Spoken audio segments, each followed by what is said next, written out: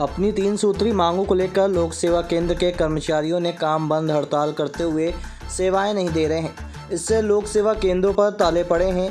केंद्रों के जरिए विभिन्न शासकीय सेवाओं का लाभ लेने आने वालों को परेशानी उठानी पड़ रही है। जिले भर के लगभग सभी केंद्रों पर यही हालात है।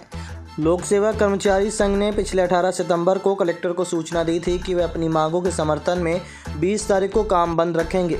इसी के तहत अपने आंदोलन के मद्देनज़र लोक सेवा केंद्र के कर्मचारियों ने कल से ही काम बंद कर दिया था। कर्मचारियों का कहना है कि लोक सेवा केंद्र में लगने वाले आवेदन पत्रों का शुल्क 40 रुपये से घटाकर 15 रुपये कर दिया गया है, जिसमें हमारा वेतन एवं नौकरी पर खतरा मंडरा रहा है।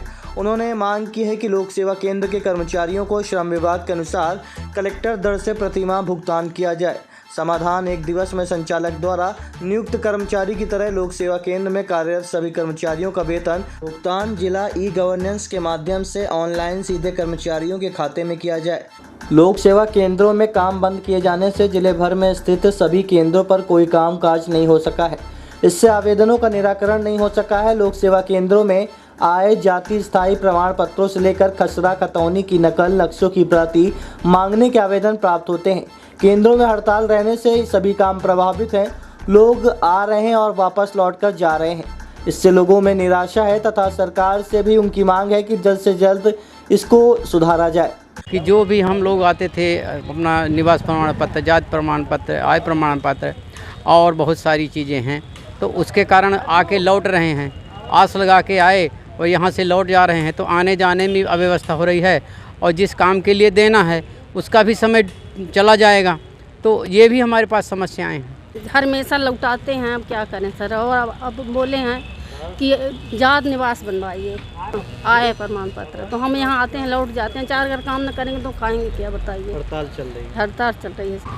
देखिए, ये जो लोक सेवा केंद्रों की स्थापना 2012 में हुई थी, उस समय लोक सेवा केंद्रों के 2 पार्ट हैं, एक संचालक और एक दूसरे हैं जिनको हम लोग सेवा देते हैं।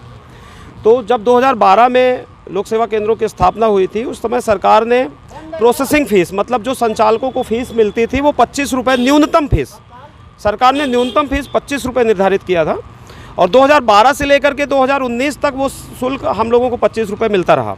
2019 में जब दोबारा टेंडर हुए तो हम लोगों ने सरकार के समक्ष एक मांग उठाई कि हम लोगों को उसमें नहीं हो रहा है, महंगाई बढ़ गई है, पेपर की कॉस्टिंग बढ़ गई है, मेंटेनेंस चार्जेस बढ़ गए हैं, तो उसमें घाटा लग रहा है। तो सरकार के सामने जब हम लोगों ने मांग उठाई तो सरकार ने उसको बढ़ा के 25 से 35 रुपये किया। मतलब 2019 से हम लोगों को 35 रुपये मिलना शुरू हुए थे।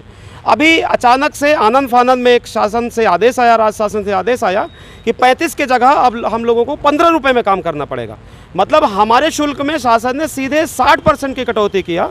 और स्थिति ये है कि अगर हम एक कर्मचारी की बात करें तो एक व्यक्ति को ईपीएफ और ईएसआईसी मिला के 14,000 के आसपास सैलरी जा रही, और 5 न्यूनतम मुझे 5 कर्मचारी रखना है एक केंद्र में, तो 50 से 60 हज़ार रुपये मुझे केवल तनख्वाह देना है और 15 रुपये मुझे मिलेगा। मतलब 60% की मेरी आमदनी में कटौती कर ली गई।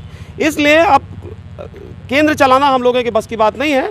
हमने शासन को लिखा है, कलेक्टर महोदय के माध्यम से शासन को पत्र भेजा है कि शासन लेवल पे हमसे बात हो, हम इस रेट में काम करने के लिए सहमत नहीं है। इसलिए अभी हम लोग कल पूरे दिन केंद्र बंद रखे थे, आज भी केंद्र बंद है, पूरे मध्य प्रदेश के केंद्र बंद है। ये प्रदेश व्यापी हड़ताल है और आगे भी इसको हम लोग जारी रखेंगे।